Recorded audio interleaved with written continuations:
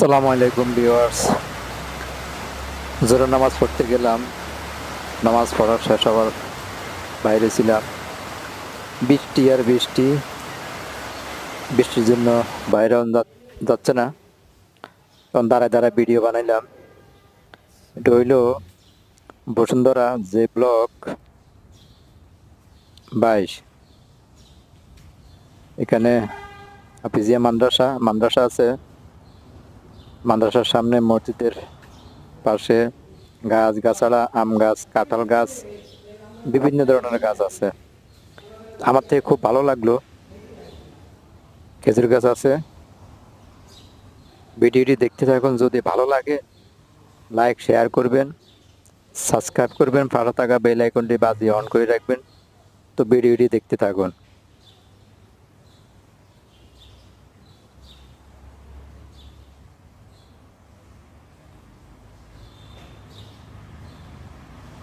গাছের বাগানটা খুব ভালো লাগছে আমার থেকে।